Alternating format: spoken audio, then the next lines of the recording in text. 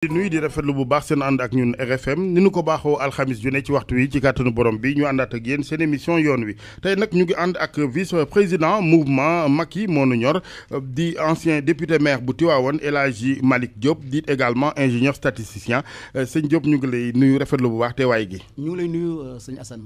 jërëjëf ma fàttali ne mouvement Macky ñu ñor mooy mouvement bi nga xamante ni président ba Cheikh Mbacké Sakho la di conseiller bu président Sall honorable ñu tàmbali rek nuyoo gi xam naa ak njaal mi jëmee ci waa Sénégal yi umma bi ginnaaw tiis bi nga xam ni am na ci Médina Gounass. waaw sëñ Assane ñu ngi nuyu waa Sénégal yëpp di nuyu waa groupe Futurs Médias di la sant si invitation bi di sant aussi suñu xarit suñu président bu groupe bi di Youssou Ndour te xam ni bi ñuy taxawal mouvement bi ñëwoon na ànd ko ak ñun sëñ Assane tey di 13 avril 2017 ñu jàpp ni Sénégal dañuy yeewu tey ak am tiis wu metti wu dal suñu kaw ndax suñuy mbokk jullit yu nekk si Dakar ba ñoom la tiis wi dal seen kaw ñu ngi koy jaal waa Sénégal yëpp di ko jaal xalif général bi Abdou Aziz Ba di ko jaal waa Sénégal yëpp. mesures yi nga xamante ni waroon nañ ko jël yëpp rawatina ci wàllu infrastructure est-ce que jàpp nga di jël nañ ko benn bi ci topp bu dee nguur gi moom naam président Sall ci kàddoom démb gis nañ ne mu ne ay jéego ñanga ca boobaak léegi est-ce que mesures yu doy la pour yow. waaw man dama jàpp ni Dakar bi at mu nekk lay am te toujours si même bërëb ba lay am yaakaar naa ni soriwul Médina Gounass kon ma jàpp ni bu fekkee ni at mu nekk si même place bi lay am. nguur gi war na mën a jël ay matuwaay yu mat sëkk. pour teeru leen et puis diir ba ñu fay am ñu defal leen ay conditions yu xam ni. si dëkkuwaay ak si nekkuwaay jaamu yàlla gañ fay wut incha allah nguur gi dina ko yombal. jàpp naa ni loolu président Macky Sall tudd na ko. te jàpp naa ni daal ni lii dina def benn genre éveil de conscience. ba xam ni nit ñi gouvernement bi dina jël matuwaay yëpp. dina yomb ci gouvernement Sénégal ni mu tëddee relation bi diggante spirituel ak temporel ku ne mel ni da nga téye sa morom fenn fi est-ce que état bi dina am autorité bi war parce que léeg-léeg aussi ñu gis ñu am ay projet ci bërëb yoo xam ne ñu wax ko rek noonu ni mu amee ci bërëb yoo xam ne xëy na bërëbu diine la nga gis aussi benn résistance bi est-ce que mënuñu quand même gën a xool naka lañ mën a leeralee relation yi. waaw mais jàpp naa ni ñun si li ñu fekkee si diggante spirituel ak temporel bi yàlla defoon na aussi ñu nekk Tivaouane nekk fa maire fukki at ak ñaar nekk fa député xam nañu diggante spirituel ak temporel bi ni mu war a doxee. te comme ni nga ko waxee Sénégal dafa nekk dëkk bu xam ni tey jii laïcité bi dëgg la fi. ba xam ni tey jii lépp lu xam ni dafa jëm si diine état bi ni mu si war a taxawee moom état xam na ko léegi nag ni ñuy def ba lépp mat daka naa ni problème bi foofu la nekk. ndax bëgg-bëgg yi bari na te doole ji matewu ko. mais yéen jaa ngi fi. mais gis nañu ni président Macky Sall li mu def si këru diine yi si taxawaay ak matuwaay. jàpp nañu ni bu jëlee dogal. ne dina taxaw waa Médina Gounass incha allah rabi. déwén dinañ si gis ay soppeeku yu mat sëkk. am na ñu ne àjjuma gi xëy na xaw na yéex ci dem gi foofu dafa waroon dem urgence yow est-ce que comprendre nga noonu yëf yi. waaw xam nga contexte bi aussi il faut nga boole ko si.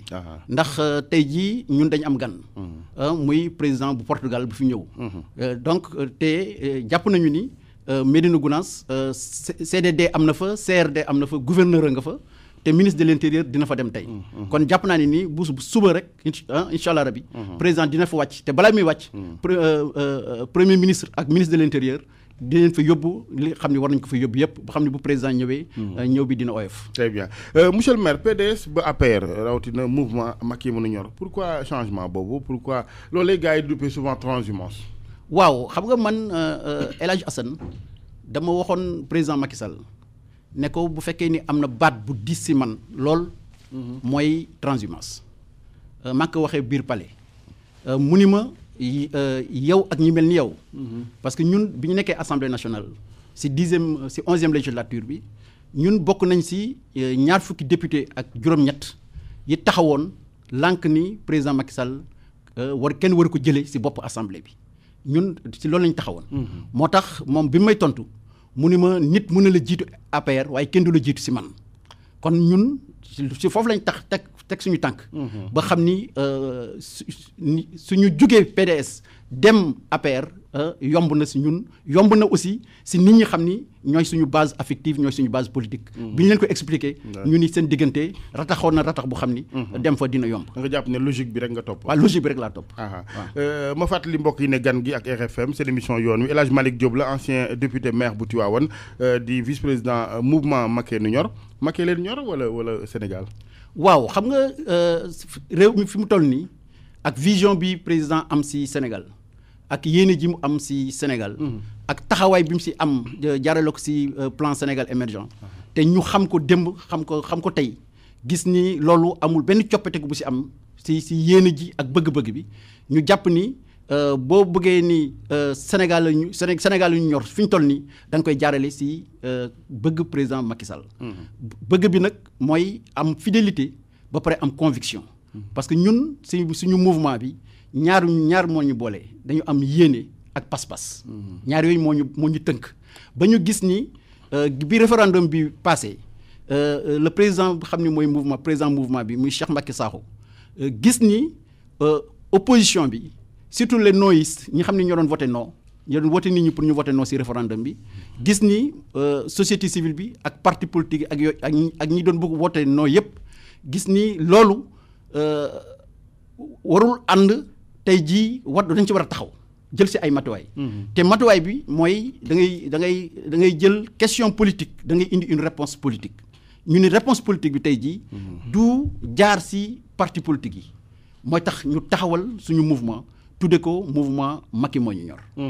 da ngeen bëgg récupérer li nga xam ne yow ci seen gis-gis ñàkk ngeen ko ci wet geneen gi. voilà ngeen ne am na luy ruus. voilà dañu gis ni d'abord ci biir APR am na ñu xam ne ñu bari dañu frustré. ñu xam ni depuis Dekkal Ngor ak Macky 2012. gis nañu ni toog nañu. ñooñu ñun ñu ciblé leen. ciblé aussi ñi xam ni dañu nekk ci opposition bi par exemple man mii soo ma jëlee. biir Tivaouane lépp lu xam ni fonction élu local la. am naa ko fa ba xam ni man maa doon coordonné comité électoral yëpp. ci département de Tivaouane ak si biir ak laalaal biir région de Thiès. kon am nañu fa base affective bu taxaw te ñoo ñëpp ñu toog di déglu. ñu gis ni aussi si biir société civile bi ak am na nit ñi xam ne politique guñu mais amuñu cadre bu xam ni ne leen permettre ñu dugg si. pour mën a jàppale le président Macky Sall. beneen bi mooy ñun dañuy gëstu gis ni élection yi ñu jëm. dañuy tuddee am lu ñuy tuddee les primo votants mooy ndaw yi xam ni tey jii am nañu carte d'identité te bii mooy seen première année wala seen première bokk ci ay élections. ñu ciblé leen ñooñu. war leen jëli teg leen ci yoon pour que ci li ñu nekk ñu fekk ci ñu.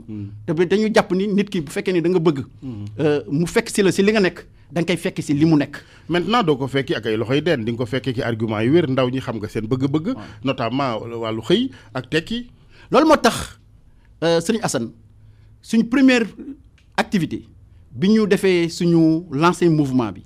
le 28 mai bi passé ñun amaguñu at. 28 mai bi passé.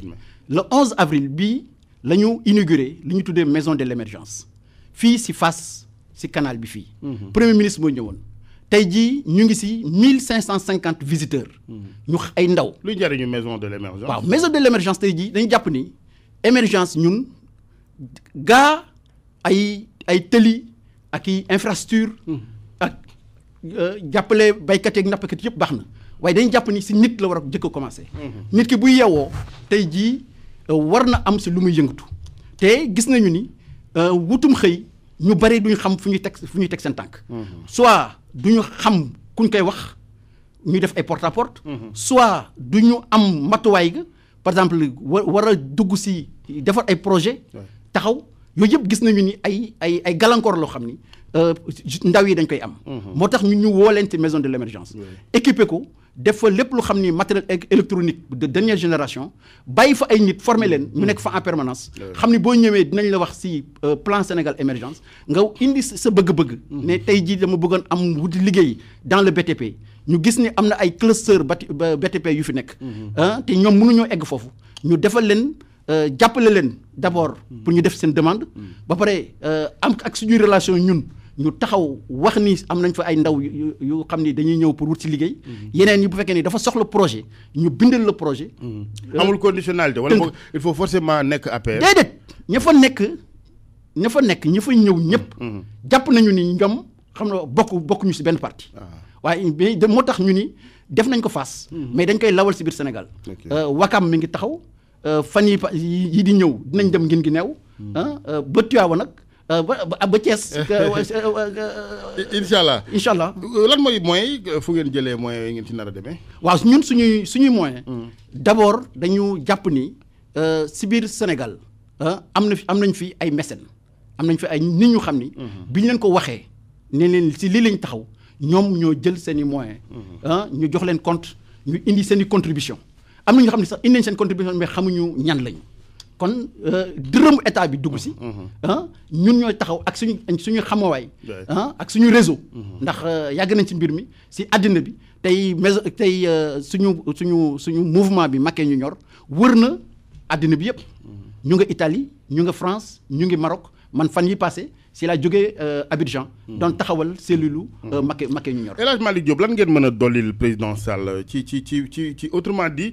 ñan ñoo composé mouvement bi yan ñooy profil yi. ak xereñ ak compétence yi ba ngeen foog ne war ngeen a dolli président. waaw sëñ Assane man dama kontaan si loolu ndax tey jii suñu mouvement mardi bu nekk dañuy daje réunion. comité directeur mardi bi passé wax naa leen ni ñun waruñu nuroo ak mouvement yi fi am ndax boo xoolee ñi fi nekk. ay universitaires ñu ngi si biir ay banquiers ñu ngi si biir secteur privé bi. ñu ngi si biir ay anciens fonctionnaires yu xam ni ay cadres yu mag ñu ngi si biir ba catégorie sociale u Sénégal yëpp tey jii. je pense boo doon xool composition yëpp ñu ngi si biir mouvement bi. jaaykatu jën yeeg commerçant marché HLM ak. ay ñu xam ne bokkoon nañu UNACOIS ba xam ni gisatuñu seen bopp si loolu ñu ñëw si biir mouvement bi. donc mouvement bi moom Sénégal gu ndaw la Sénégal gu taxaw la. donc loolu ñun. ma leen di wax ni tey jii dañu war a nekk une force de proposition. war ñu nekk mouvement bu xam ni tey jii rek. dañuy naan mobilisation. jàppal fii wala fii wala folklore wala yooyu. non tey jii ñun suñu mouvement bi. jàppale askan wi développement moo tax ñuy wax. ba pare justement ngir jàppale njiit souvent dañ ne boo faloo xëy na dañ lay nëbb yenn yi wala sa bët du fa egg ak yooyu donc mu ngi gën a am solo nga ne dit kee ma ñor nga koy wax dëgg gi. ak di ko yee ci yenn yi bañ ko rek ne ko ñëpp yow lañ gëm ba bis mu tàbbi ci kàmb ga. waaw loolu gis nga li nga wax noonu sëriñ Assane moo tax ñun ñu rafetlu taxawaay bi xam ni waa xale yu Y'en-a-marre yi taxawaay boobu ñu am. parce que dañu jàpp ni ñun ñooñu dañu xeexal démb ba président Macky Sall toog. tey jii bu ñu demee ba gis ni yoon wi ñu tracé woon. am na lu si xam ni dalul seen xel ñu alerté. addina bi yëpp alerte conscience yi. ñun dañu jàpp ni ba léegi. ñoom ñu ngi dimbale président Macky Sall. gisuñu leen comme ay opposants gisuñu leen duñ leen ŋàjj. loolu mooy li may wax xëy na lucidité politique de. waaw lucidité politique yéen a ngi ànd ak seen xel ba léegi. lan moo leen ko may ndax ñu bari ñu den ak président moom dañu delloo gars yi rek seen i briques. waaw ñun parce que ñun ñoo jël option boobu ñun ñoo jël option ni tey jii. du ñu doxalee comme parti politique yi ni ñu doxalee. lu jóg rek nga def communiqué. xam nga wax ne ànd naa si doxal bi di fi doxal ñun déedéet ñun dañu nekk. ñu xam ne dañuy nekk force de proposition. jege nañu nguur gi. xam nañu nguur gi ni muy doxee. xam nañu école yi li si nekk. xam nañu dispensaires yi li si nekk. xam nañu comité de santé ni muy doxee lépp lu xam ne yëkkati na ko ñu alerté bind président de la république. jaaree ko si directeur de cabinet ne ko jàpp nañu ni. doxalee nii moo gën. xoolee nii moo gën. xam nga ak. yëgeen ñii moo gën. mbaa ki ngeen ko seqal kilifa gi am na répondant dinay benn am na ñu ne kilifa yi léeg-léeg dañu doon benn nopp ba ca topp directeur de cabinet bi mu baal ma mu nekk wala mu bañ a nekk yi souvent dañu naan mooy doon blocage ci ñi bëgg gis président ñëpp ñu ci bari xam naa moom léeg-léeg xaw na aawlu tuuti. waaw xam na aawlu waaw xam nga sëriñ Assane tuuti histoire rek bi président Lamine Gueye. seet see sëriñ Babacar Sy daf ko wax ni Senghor la woon sax. daf ko wax ni dinaa la jàppale waaye boo jëlee nguur gi bu ko xam yow rek bu ko mën yow rek bu ko sañ yow rek waaw nit noonu lañ ko jàppale. te dama jàpp ni bu fekkee ni ñun sëriñ Assane dañu am objectif ni ma sëriñ El Hadj Malick Sy Maodo bu sëriñ Abdou Aziz Dabakh waxoon ne boo leen jëmee fii si mur bi sëriñ Assane nañ àndandoo xool mur bi te bañ a xoolante xoolante boobu nag moo indi ay lënt-lënti surtout si biir parti politique yi ndax ñoom dañuy position rek moo leen fi yóbbu gérer seen carrière moo leen fi yóbbu gérer seen situation moo leen fi yóbbu mais ñun tey jii dañuy taxaw bu ñu gisee lu xam ni doxul ñu taxaw ni doxul waaw ne wax ko ngeen ko war a wax du jar ñuy marche du jar ñu takk ay brassard rouge mais xam nañu fa ñuy jaar ba kilifa gi li ñu ko bëgg a yóbbante moo mu jot si justement président Sall juróomi at ginnaaw si foog nga ni ni mu leen ñoree yéen moom askan wi ñoree da ko noonu mu nga ci liggéey bi mu diggee woon waaw mi ngi si liggéey bi mu door na ko gis nañu ni Sénégal gaa le président Abdoulaye Wade kenn mënul dindi ni amul lu mu deful si réew mi am na lu mu def si réew mi waaye gis nañu ni si jikko yi si doxalin wi ak topp dërëm ba mu dugg fa mu war a dugg loolu lépp desoon na te ñu gis ni le président Macky Sall bi mu ñëwee réalisation yi mu def yëpp du alal ju xam ni daf ko jële bitim réew alal ju xam ni dafa def benn ay ajustement interne si biir réew mi fexe ba def ay économie si téléphone yi def ay économie si yeneen branche yi ba tey ji am ay milliards ñu dajale ko moo tax ñu mën ko dugalaat si ay couverture médicale universelle ak yu mel noonu. am na ñu jàpp ne ci wàllu économie par exemple dafa delloo buum ga ca boy buumu njaam gi français yi foo tourné ñoom ci wàllu économie yow noonu nga gisee. waaw man li ma gisee sëriñ Assane mooy d'abord man dama nekk statisticien ba pare gis suñu nawle yi ñun dañuy taxaw waat balaa ñuy commencer liggéey bi ñu waatee liggéey ñu ni taux de croissance bi ñu ni 6,5%. ma gis ni ay statisticiens wala ñu ay économistes ñu xam nañu ñooñu li ñuy daj volume de travail bi am si loolu ba ñuy indi chiffre boobu tuuti na waaye ay junni waxtu liggéey la. ñoom bu ñu ko liggéeyee guddeeg bëccëg ba indi chiffre boobu teg ma gis ni am na seeni nawle ak suñuy nawle ñun yoo xam ne tey jii dañu bokk si kujje gi taxaw di ŋàññ chiffre boobu ma ni ñooñu amuñu respect d'abord si fonction bi xam ni. jàng nañ ko nekk nañ ko. ba pare loolu mooy premier point bi. n'est-ce pas. leneen li mooy jàpp naa ni tey jii comme ni nga ko waxee. la France quand même. waaw xam nga Serigne Assane retour bu vraiment frappant. voilà non Serigne Assane da ngay xool contexte géopolitique bi. situation bi ni mu demee. n'est-ce pas ñun jàpp nañu ni tey jii boo jëlee autoroute à péage bi si partenariat public privé bi jàpp nañu ni tey jii amoo benn dëkk bu xam ne di nga sa dem muy Côte d'Ivoire muy dëkk yi nekk fii si UEMOA bi. ñu xam ni am na ay projets ay chantiers yu xam ni sa budget attan na ko il faut nga lëkkaloo ak privé bi. waaw ñun loolu lañ ci rafetlu. gis ni tey jii waxuñu ni y a le retour des Français. mais dama jàpp ni tey jii y a le retour du privé. ndax dinañ ci gagné. voilà ndax finalement lan lañ gagné ci partenariat bi gis naa ngay kañ partenariat public privé. waaw dama ko kañ. waaw parce que dama siy liggéey. dama siy liggéey tey jii au niveau de l'UEMOA man dama nekk président commission économique et financière.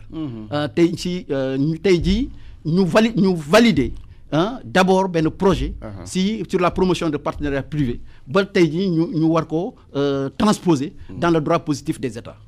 maintenant gars yi dañuy bañ comme ni ma ko waxee rek France moom du ma fa bañ a des. ci wàllu pétrole bi gis nga déjà appétit yi ñu ci wane. nit ñi dañuy bay def ñëw manque lépp dem ñun ñu desee muccaat ni. waaw moo tax Serigne Assane ñun am na njàngat bu rëy bu xam ni suñu mouvement bi makkee ñu ñor. ñu ngi koy yëngatu jëm ko ci pétrole bi. démb rek. man def naa benn communication. ci conseil économique et social. jëm ci affaire pétrole bi mais dama jàpp ni Serigne Assane balaa pétrole bi ñëw war nañu waajal sénégalais. ndax beneen sénégalais mooy amaat. tey jii bu ñu nee El Hadj Malick Diop da naan doomu baykat la. ñu ni doomu baadoole la lii ak lële n'est-ce pas. bu ñu jëlee exemple bu ñu jege muy Nigéria da nga gis ni moo nekkoon 2e pays producteur d'arachide. arachide. mais tey Nigéria kenn bayatu fa gerte. ñëpp ñu ngi jëm si métier pétrolier yi métier gazier yi. mais donc dañuy bañ li dal Nigéria. mu dal ñu maanaam ñu nekk manœuvrier bañ a nekk borom pétrolier. borom pétrolier yi mais loolu nag il faut ñu waajal ñu.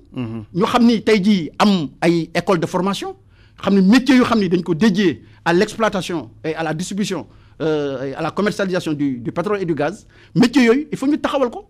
suñu étudiants yi jàng ko.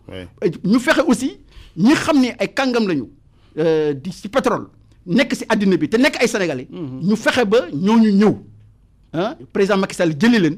ñu ñëw jàppale ñu. waajal ñu parce que pétrole bi dina changer jikko yi de. parce que dañuy wax naan jom ak bañ ak yooyu. mais bu pétrole bi ñëwee jikko yu bëri dina changer.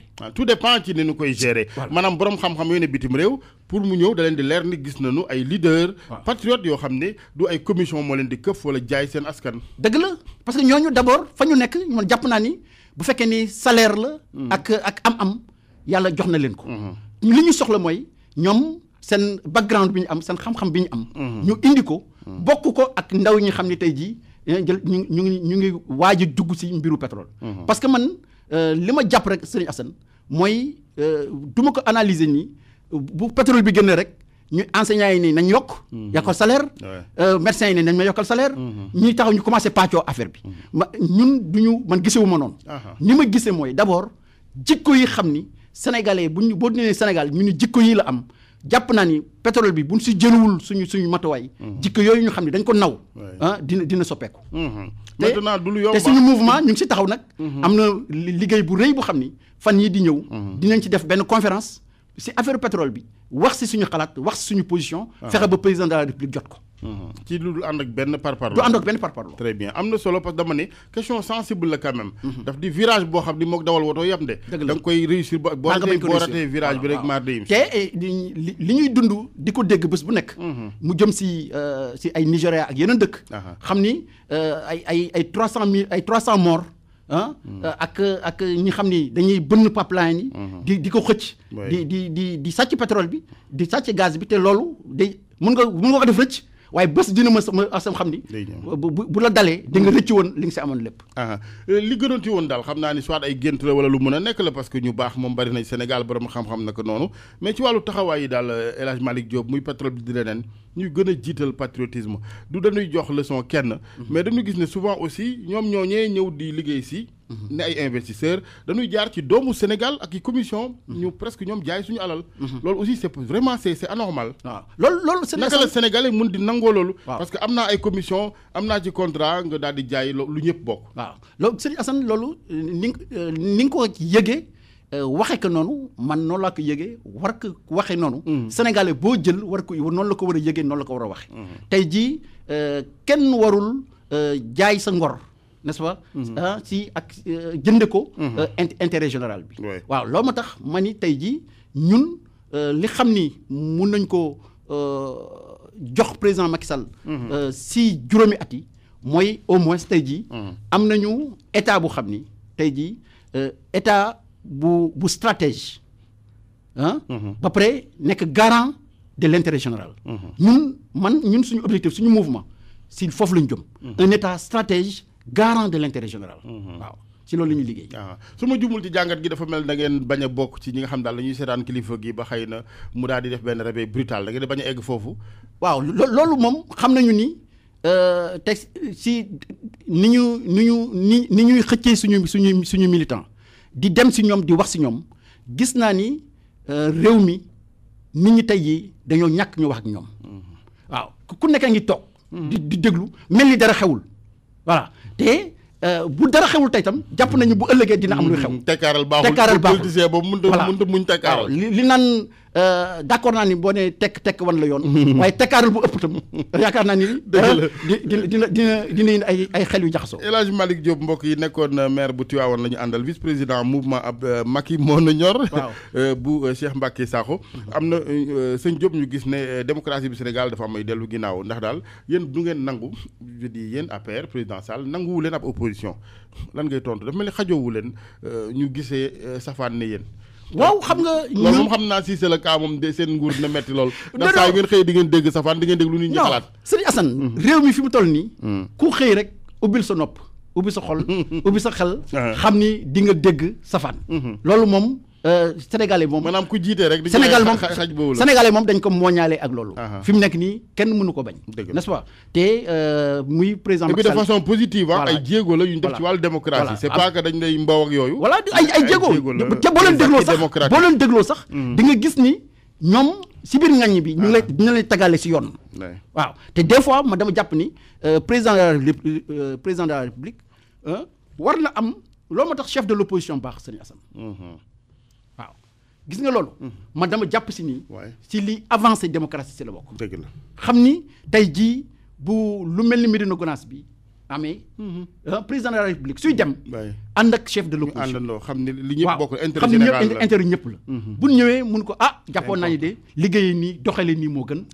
ak lii moo gën. am na xam nga moment yoo xam ni tey jii président de la République ku wax ak moom dina la déglu. parce que moment bi jafewaay bu xam ni. da ngay am écoute. ku la ni cuq rek di nga ko déglu xam li mu déglu li mu wax ndax la. ma jàpp ni tey jii loolu war nañ ci egg. am chef de l'opposition bu xam ni ñëpp waaye Sénégal nag ñëppay waxandoo. loolu la waaw sax da nga doo am interlocuteur. te Sénégal te Serigne Assane dafa am lu xam ni man dama ko gis ci opposition bi li ma gis ci opposition bi mooy weddi lu am. nangu lu amul. loolu. ñun ñëpp ko war a xeex. weddi lu am. lu xam ni am na nga dur ci baaraam ne lii am na. tey jii ñëpp ko war a nangu. lu amul nga taxaw ni lii kat amul waaye nag di disserter si lu xam ni am na nga ni taxaw ne bu nga xam ni amul. yaakaar naa ni loolu aussi. du luy defar. interpellation jàppu Khalifa Sall maire bu Ndakaaru yow ban njàngat bu njëkk nga ci am. waaw man xam nga man Serigne Assane dama nekkoon maire. kon maire bu ñu jàpp dina ma metti ba si biir. avant ñu egsi foofu si kiiwu Idriss Seck. bi mu amee problème maa nekkoon vice-président association des maires communiqué ba man maa ko bind. si turu association des maires. Pape Diouf bi mu nekkee maire Bambey. am problème ak Assane Diagne. man maa waxoon ni ñun ñëpp nañu jël suñuy écharpe ñu xëyandoo dem Diourbel Aminata Tall bii nekkoon maire Diourbel. këram lañu waajale dem wuy ji taxaw si kanamu juge bi. maire yëpp te taxaw. kon fu ñu gundaxatalal maire rek wala maire bu si am ay problème man jàpp naa ni solidarité maire yi war na mën a am. waaye si loolu laa doon wax sànq kenn ñaanulul kenn mu nekk kaso. yàlla na ci yàlla musal. tey jii bu ñu sañoon prison Sénégal yi day vide. kenn du si nekk. population pénitentiaire bi nekk zéro. ñëpp loolu la ñu ñaan yàlla. te Khalifa Sall fa mu nekk. ñu ngi koy ñaanal mu génn si ak jàmm. waaye jàpp nañu ne réew mi mooy li ma wax sànq kenn mënu fee weddi lu am kenn mënu fee gëm lu amul. waaw man foofu lañ teg suñu tànk.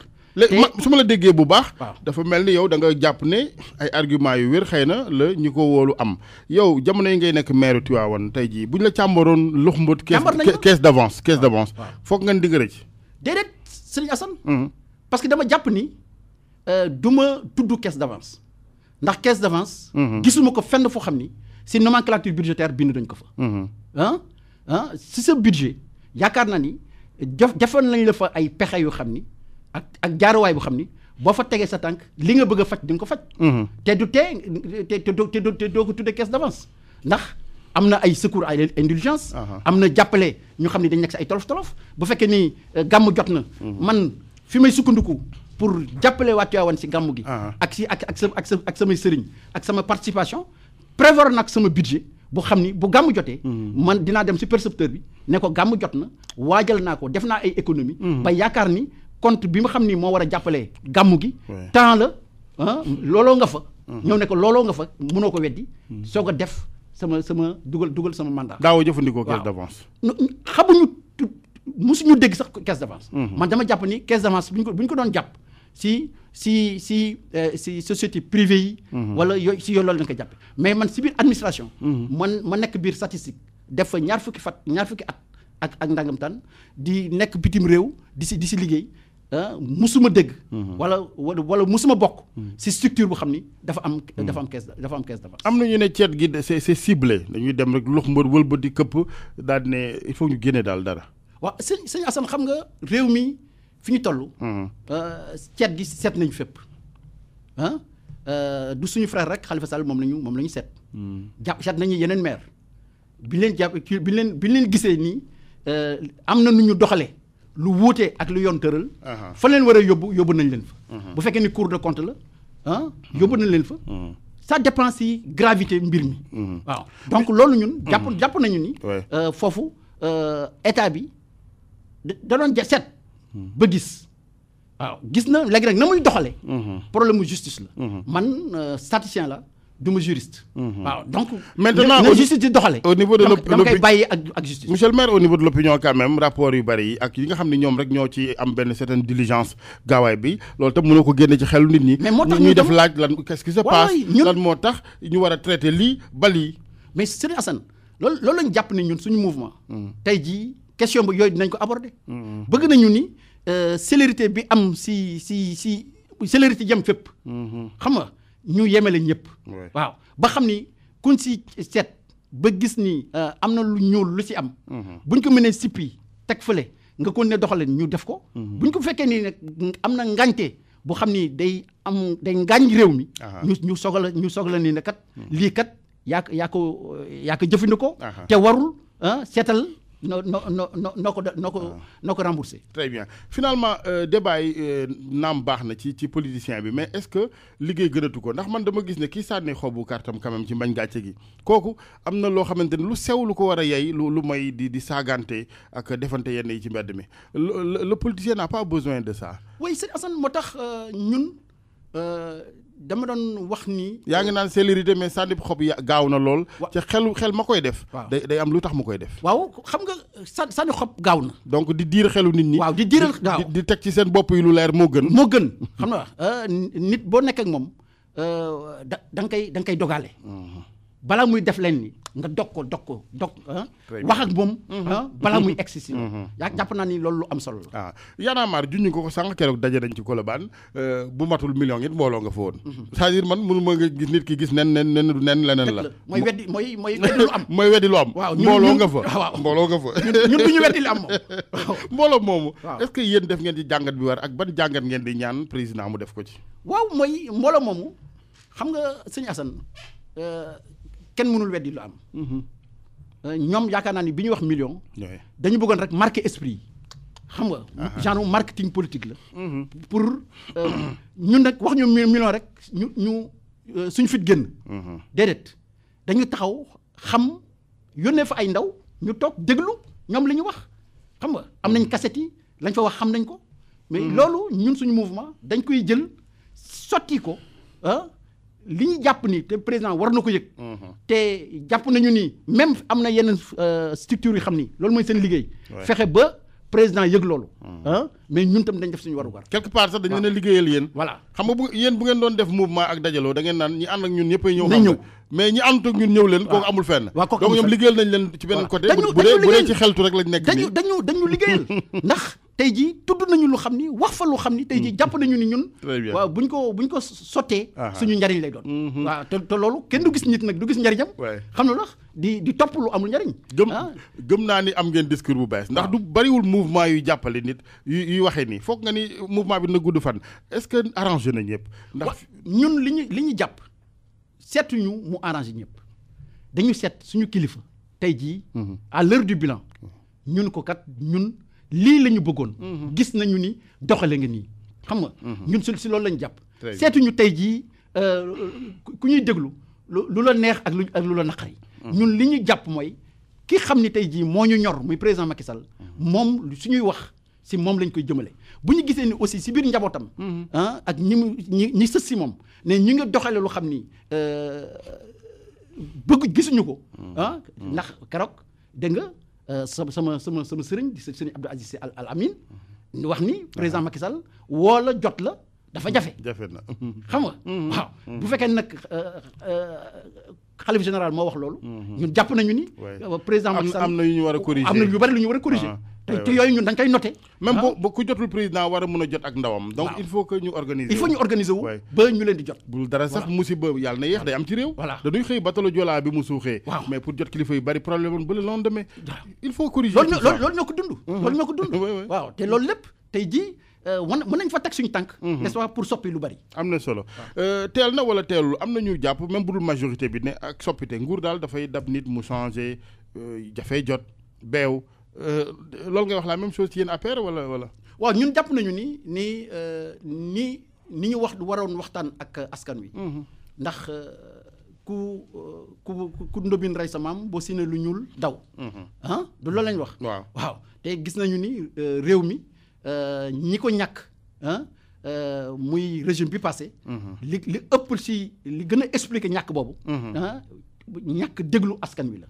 n'est-ce pas tey jii toll nañu ni am na ay cadre yu xam ni tey jii cadre de concertation yoo xam ni dañ ko war a raviver ba xam ni tey jii képp ku xam ni bëgg nga am nga lu baax. idée bu rafet mën a waxtaan ak askan wi. war nga am kenn ku la ni war nga mën a fëgg kenn muy guddi muy bëccëg nga ne ko kat lii jàpp naa ni bu ñu doxalee nii moo gën. te ma jàpp ni fa nga koy waxee.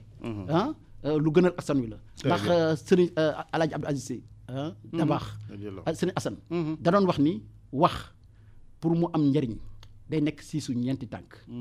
ndax ki koy wax kooku la ndax kam koy waxal kooku la. ndax fam koy waxee foofu la. ndax nam ko waxee noonu la. ñeenti yooyu bu matee. wax soog a am njariñ. am na solo mais kilifa gu mat xëy na aussi dafay moytu yenn atmosphère yi yor am réew moytu yombul ndax nit ñi aussi léeg-léeg ñu créer polémique. waaye yow tam nga moytu loo xam ne day jur taw yu bari yoo xam ne yow fobeere sax daf lay mujj jafe yow. waaw loolu dëgg la Assane. souvent bu ñëpp di waxandoo. kenn déglu sa morom. kenn déglu waaw ñëpp nag mënuñu loolu laa wax. moo ne ci réew tamit c'est vrai que nit ñi def nañ defuñu waaye yow tam ngay jàppee rek wala di tere rek wala dóori grenade rek loolu tamit aussi yaay créé. mais Assane tension boo xam ni. waaw yow sa bopp sax am na tension boo xam ne jaru ko. am na tension yoo xam ne jaru ko. dëgg la ndax tension bu amee. day inhiber ay initiative ki waroon jóg.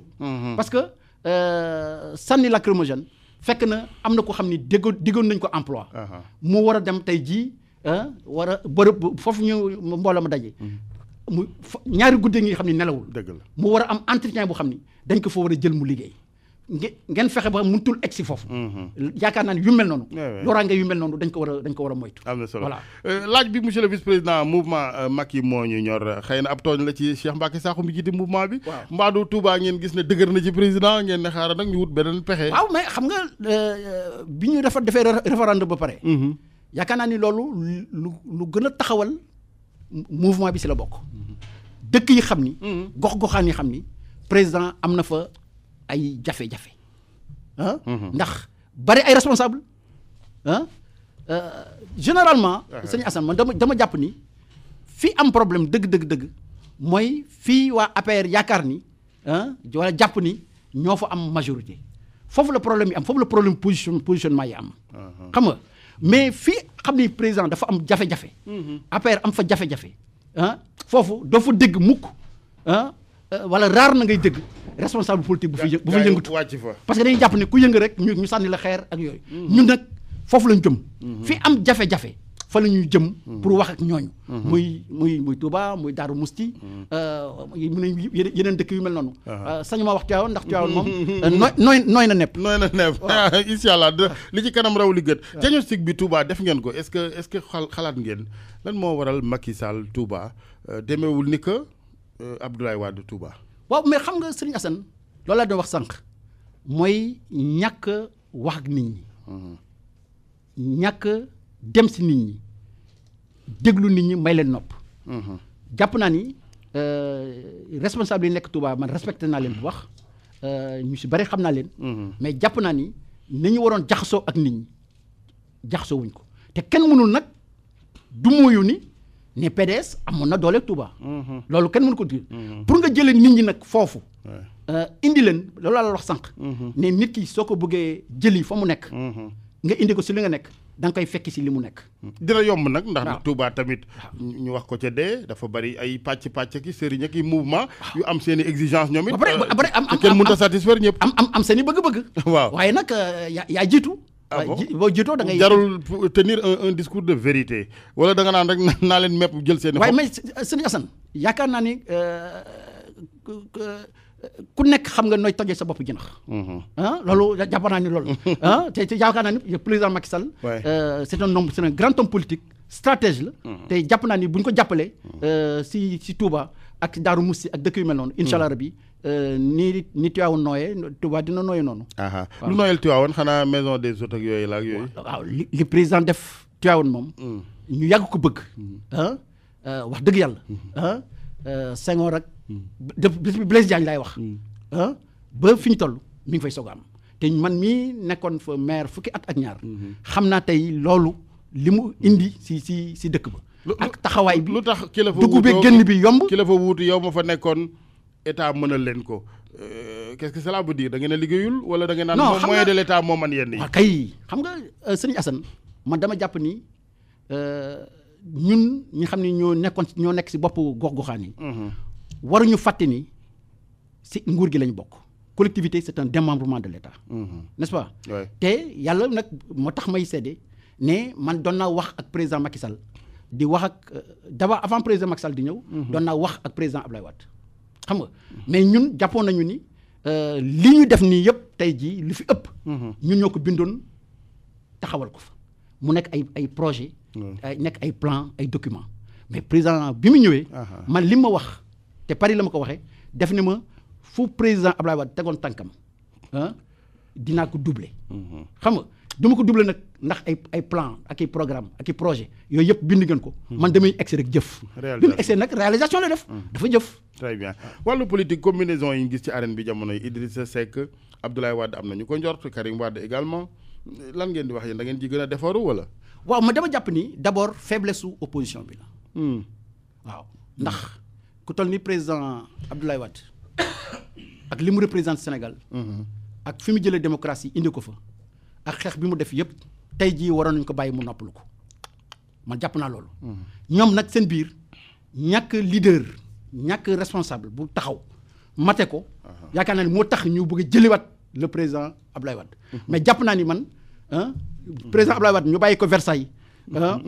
mu noppalu ko. moo gën si moom moo gën si ñun. waaye di ko mbubboo di ko def habillage di ñëw ndax ñàkk ku mën a jiite. problème de leader je pense que man ci loolu laa leen di ŋàññi. dialogue politique sëñ bu tedd bi wax na ko keroog ca Tivaouane. sëñ Abdou Aziz Al Amine fàttali ko ñëpp. mais bu baax léegi dafa mel ni dialogue de sourds woote nañ ca Palais ba naam du ñëpp a teewoon. tey la wàllu gën a ay ci wàllu xarabante. naka la ñuy def ba débat bi ci arène politique bi gën a yëgoo ci l'essentiel mun a am. waaw mais xam nga bi sama xalifa bu tedd bi mu waxee. ne yaa ngi waxtaan. président def ne ko ubbi naa samay bunt. Assane. mais nit ki nag. ku ubbi buntam bëgg na ku ñëw toog wax ak moom. d'abord man du ma mën a rafetlu président woote lu toll ni dialogue national. am ñu naan du ma dem. du ma ko wuy ji. ils se disent quelque part jéego yi mu teg moom it. ba pare di ñu ubbil ay buntam jàpp sunuy leader exilé ñi tout ça ñoom tam mën nañu. mais Assane loolu lépp dañ koy waxtaanee. waaw ma jàpp naa ni loolu lépp su amee. mais di nga ko waxtu. boo ko si digalee. bu ko doxalee na nga ko waxee. baax na bu ko doxalee neneen xayrun. waaye mais lépp amul lu xam ni lu ñu waxtaanewul du am solution. waaw te jàpp naa ne ay kilifa. bu ñu toogee tey ci Sénégal gi benn rek la bu président Macky Sall defee ñaari mandat ba jóge fi. keneen ñëw toog fi mu jeexalee foofu ngay commencer. dëgg la n'est-ce pas. kon nañ fexe ba fi mu jeexalee. ñun ñëpp ñu koy rafetlu. xam nga ñun ñëpp ñu participer si.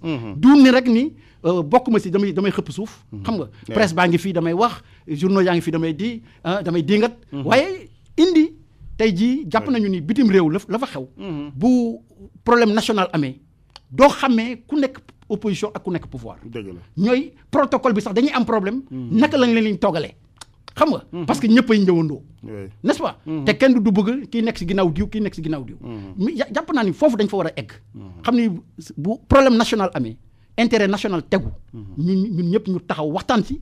jiital ko seetal ko nu mu war a. xam naa législative bi soreetul de waaye bu waxtaan amoon avant boobu dina gën a tidde balaa ñu fiy dundati les mêmes élections maanaam naam jàmm rek am Sénégal waaye dinañ yàqal que ne ca marché ba doon dundee taabalam. ak wuti xëy dinañ tojal borom oto bi daa transport. waaw mais jàpp nañu ni Serigne Assane réew mi li am si élection yi passé rek moo war a am. bu ñu xëyee ñëpp liggéey. waaw jàpp naa ne loolu spécificité démocratie sénégalaise la n'est-ce pas loolu ñëpp ko war a sàmm n'est-ce pas waaw kon nag nañ waxtaan balaa ñu egg foofu très bien waaw te ñun ñu ngi digal président vraiment ubbi na buntam waaye na woote waat waaw na woo ñam war a woo léegi nag askan wi ñu ngi déglu ku ñu woo te ñëwoo ñu xam ni yow mii réew mi ñoru la d'autant plus que dialogue bi ñu fi amaloon soreetul le 28 mai. lay am at. waaw ba mu war nañu toog évaluer ko 28 mai bëccëg di dialogue national. waaw kon wax dëgg yàlla war na mën a am ndaje avant boobu. war nañu mën a toog sax. bés boobu sax ñu toog évaluer ko. tudde ko 28 mai tudde ko journée du dialogue national. évaluation moom mën naa leen ko defal man mii xam naa ne daal la ci juddu boobu ak léegi bariwul. laaj bi Assane bari na kat xam na li mu jot ba bari la. très bien te bëgg naa nga def émission spéciale sur loolu. sur ça nga woo ma ñëw. incha allah inchallah monsieur le maire législative bi maa ngi koy junj sa intime conviction ngëm-ngëm mooy que ni fooguloo ni gars yi dañ leen yónnee signaux yu njëkk yi ne yéen kat yoon wi ngeen tegu du bi nu gënal def leen attention balaa 2019 wala da nga naan rek dañuy raatale jëlu lépp. gis nga élection yi ñu jëm man dama jàpp ni c'est un problème de survie du régime waaw man dama si am tiitange ndax ñun dañoo baaxoo président Diall ñu ni nañ ko jox majorité à l'Assemblée nationale. ñi ko voté leen yëpp ànd ak ñeneen ñëpp ñu àndandoo voté. mais bii da ngay dem législative 2 ans après nga ñu soog a dem présidentielle.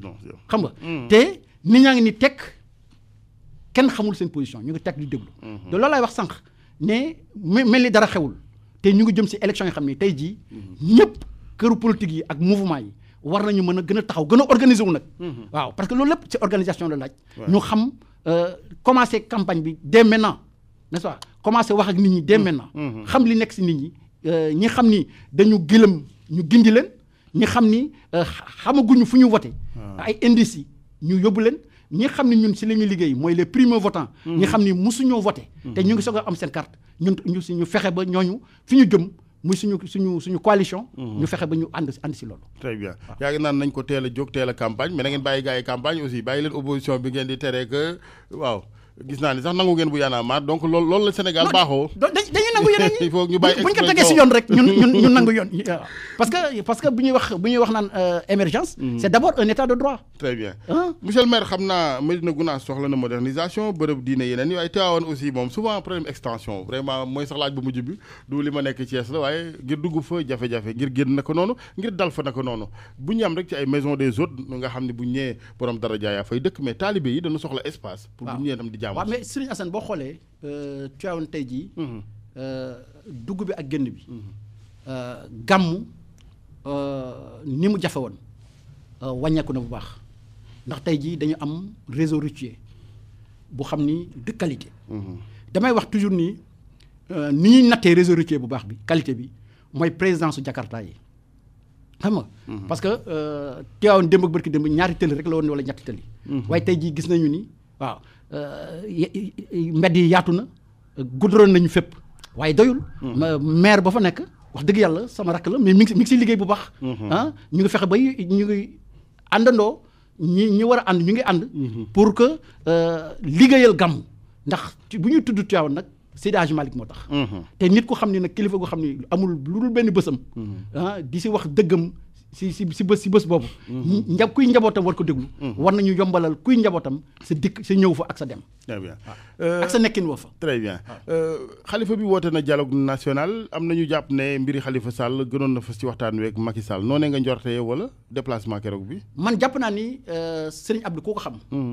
xam ni bu toog ak président Macky Sall ñaari waxtu li ko ñor yëpp dina ko wax.